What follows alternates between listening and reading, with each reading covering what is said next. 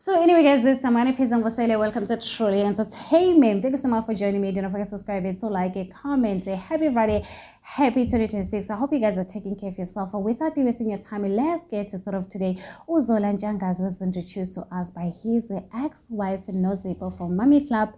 And guys, unfortunately, it ended in tears for two when Zola wanted to marry a second wife, Miss Sokuhle. Guys, they got married last year after leaving Unozipo. Guys, Unozipo was a stepmother for guys. So Uzola Njangaza has a daughter, Coco. So last year when they got married, Uzola and Miss Sokuhle, Coco, a daughter Yazola, she was all over the place showing love, welcoming her second stepmother, guys. And you could tell with these two love each other.